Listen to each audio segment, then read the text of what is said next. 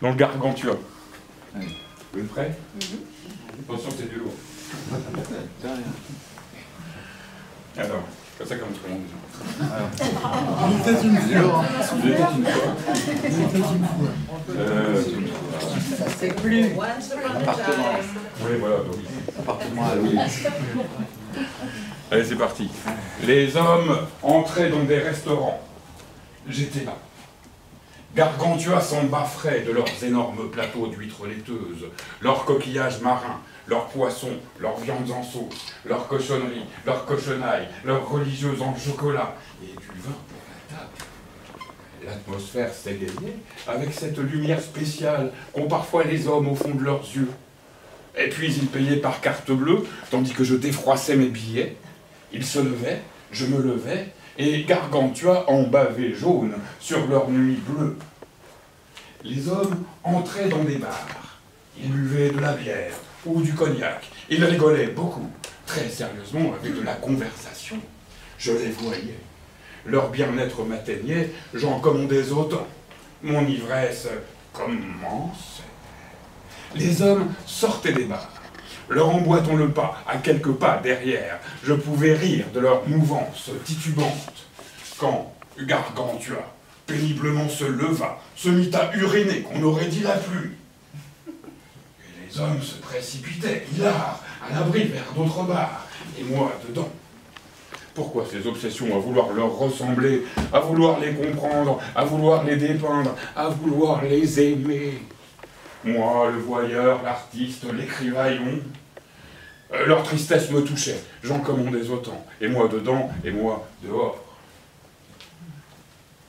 Nous allâmes dans un autre quartier, dans un café de nuit que je connaissais bien. Il y avait là Hugo, du Yougoslave, qui remplissait les verres sans poser de questions, un peu déphasé et un peu loin de chez lui.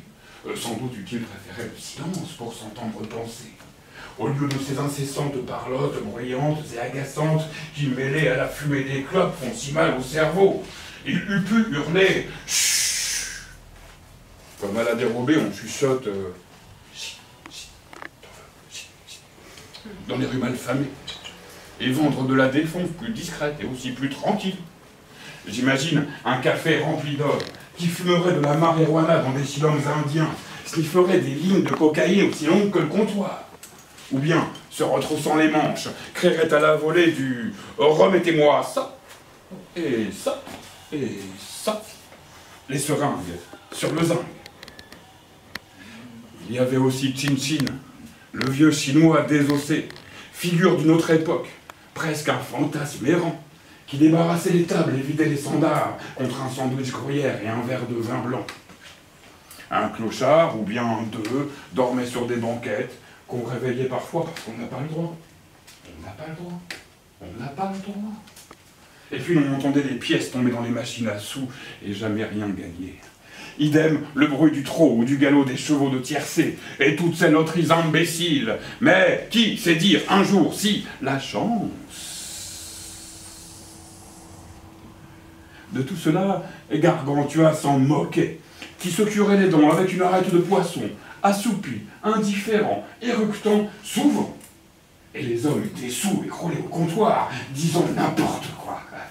Et je riais et me mêlais à eux, amitié pure et dure, jusqu'à ce que j'en ai trop et sorte presque en courant. Je veux dire en rampant, jusqu'au trottoir d'en face, où entre deux voitures, ô grand Gargantua, pourquoi moi, pourquoi moi, pourquoi moi?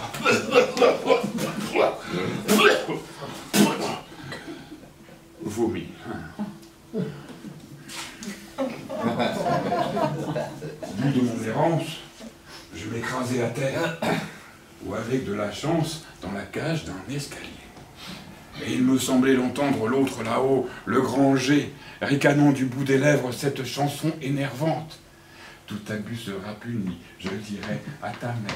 Tout abus sera puni, tu verras, elle te tapera le doigt. Tout abus sera puni. Et moi, je voyais des sorcières aux visages épouvantables, des tunnels noirs, avec au bout, tout au bout là-bas, enfin la lumière, enfin la fin, la paix. le gras Gargantua dormait. Merci.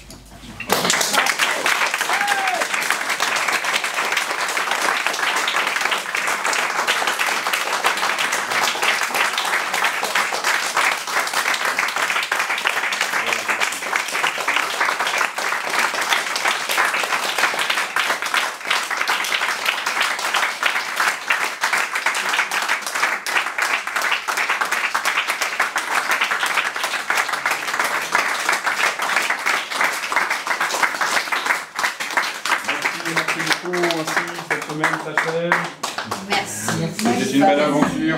Merci. Jusqu'à la prochaine. Merci à vous. Merci. Bon anniversaire.